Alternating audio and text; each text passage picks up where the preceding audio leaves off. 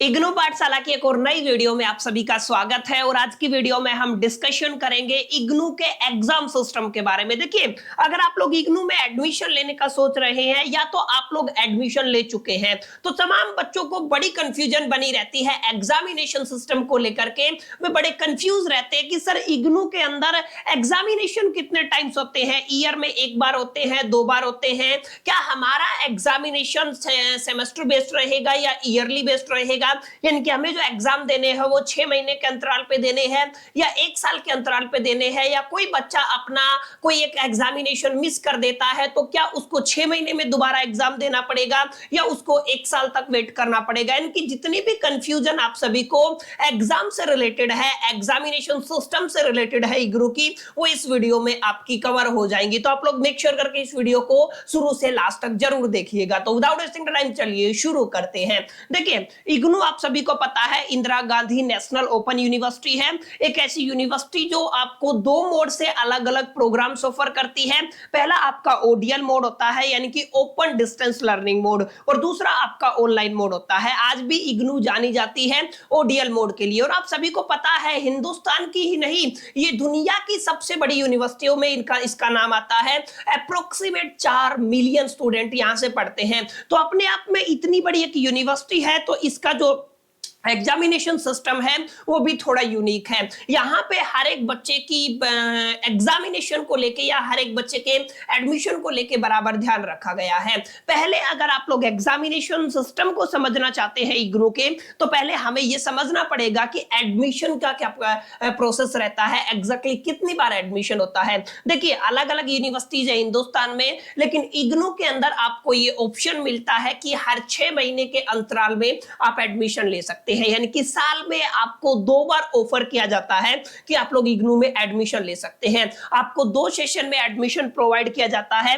पहला आपका जनवरी सेशन होता है और दूसरा आपका जुलाई सेशन होता है। तो अगर आप लोग इग्नू में एडमिशन लेते हैं ना, तो या तो आपका जनवरी सेशन होगा या आपका जुलाई सेशन होगा। सबसे बड़ा एडमिशन का जो सेशन होता है वो जुलाई सेशन माना जाता है, क्योंकि करीब मई और जून तक आपके सभी बोर्ड के रिजल्ट आ चुके होते हैं। जो भी बच्चे रिसेंटली 12th करके आते हैं वो अपना ग्रेजुएशन में एडमिशन लेते हैं। तो सबसे बड़ा जो आपका सेशन माना जाता है वो जुलाई वाला माना जाता है। तो पहले आपको ये समझना है कि आपका एडमिशन कौन से सेशन में हुआ है। क्या आपका एडमिशन जनवरी सेशन में हुआ है और क्या आपका एडमिशन जुलाई सेशन में हुआ है। अब आपको समझना ये है कि मोस्ट प्रोबेबली इग्नू के अंदर करीब 333 कोर्सेज प्रोवाइड किए जाते हैं। ये 333 कोर्सेज में आपके सर्टिफिकेट प्रोग्राम्स आ जाते हैं, डिप्लोमा प्रोग्राम्स आ जाते हैं, अंडर ग्रेजुएशन प्रोग्राम आ जाते हैं और पोस्ट ग्रेजुएशन प्रोग्राम आ जाते हैं। ये 333 कोर्सेज को 2 कैटेगरी में डिवाइड किया गया है। एडमिशन अगर आप लोगों ने कंफर्म किया जनवरी सेशन है या तो आपका जुलाई सेशन है।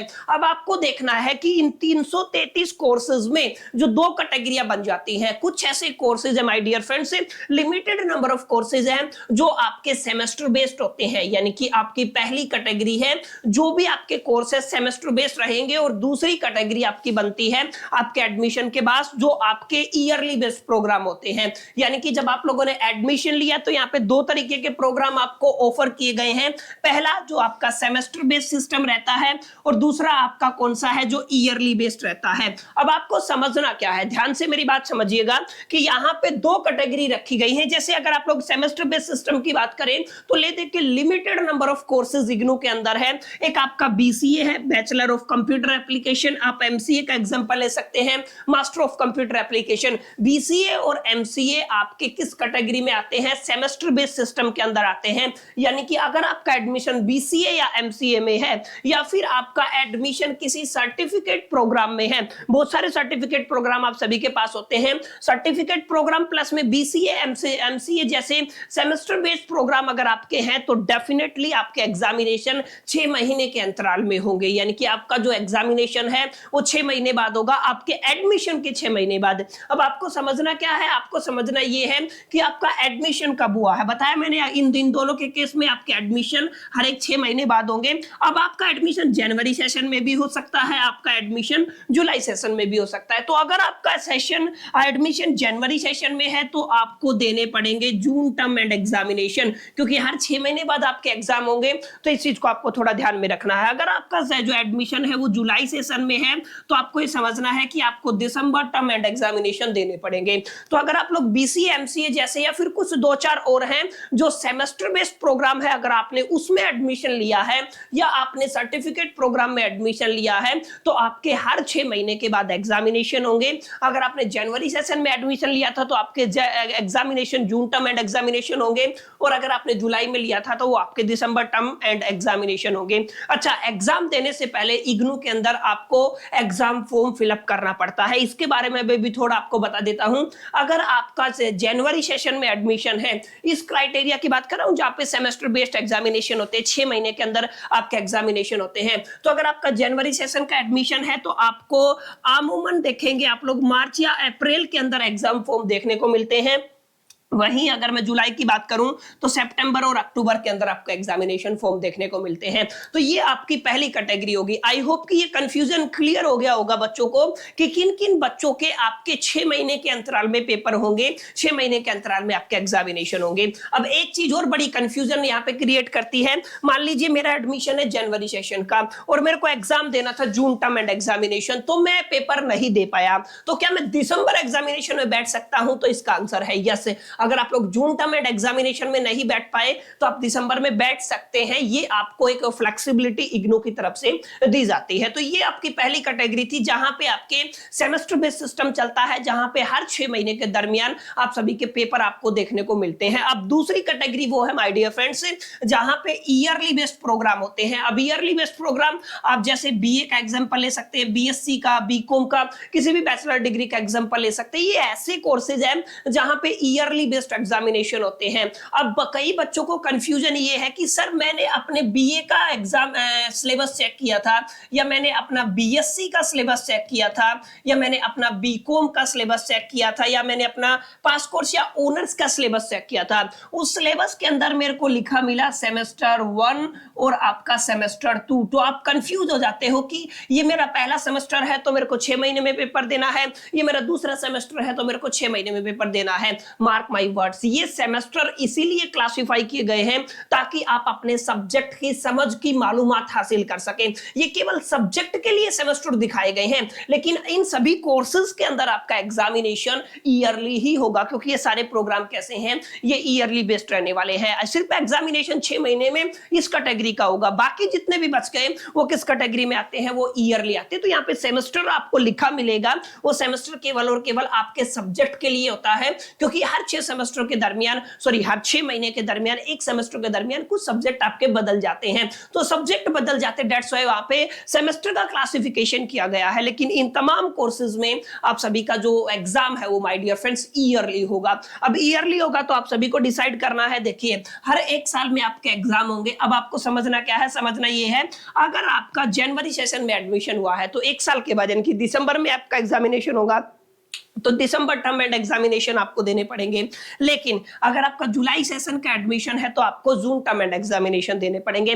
बिल्कुल सिंपल सा फंडा है, आप लोग आई होप कि क्लियर कर पाए होंगे। जनवरी वालों को दिसंबर एक साल के बाद, और जितने भी जुलाई वाले बच्चे हैं उनको जून टर्म एंड एग्जामिनेशन देने पड़ेंगे। यहाँ पे भी सेम प्रोसेस है। अगर आपका जनवरी सेशन है तो आपको एग्जाम फॉर्म, देखिए दिसंबर में अगर आपको एग्जाम देने हैं तो इसका जो एग्जाम फॉर्म है सितंबर अक्टूबर में दिखेगा आपको। अगर आप लोग जुलाई में एग्जामिनेशन देने वाले हैं, जुलाई टर्म एग्जामिनेशन में बैठने वाले हैं, तो आपका एग्जाम फॉर्म आपको मार्च अप्रैल के अंदर देखने को मिलता है।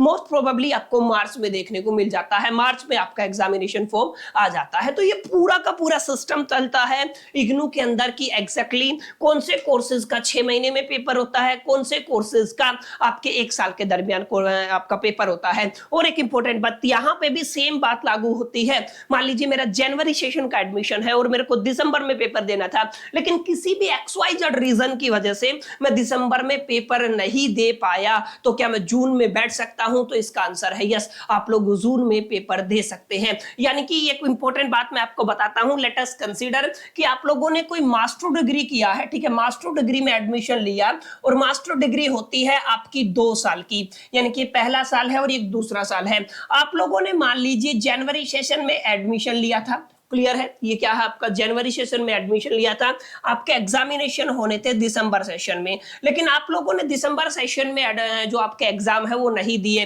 लेकिन अब क्या हुआ, अब आपको समझने वाली बात ये है, दिसंबर में आपने पेपर नहीं दिए लेकिन आपने सेकंड ईयर की फीस भी भर दी है, सेकंड जो आपका साल है उसकी भी फीस भर दी, तो यहां पे भी अगले दिसंबर में आपके पेपर होंगे। तो ये जो आपका दूसरे टाइम दिसंबर आता है ना, इसमें आप लोग अपने फर्स्ट ईयर के सारे पेपर दे सकते हैं, आप सेकंड ईयर के सारे पेपर दे सकते हैं, ये एक अच्छा ऑप्शन है।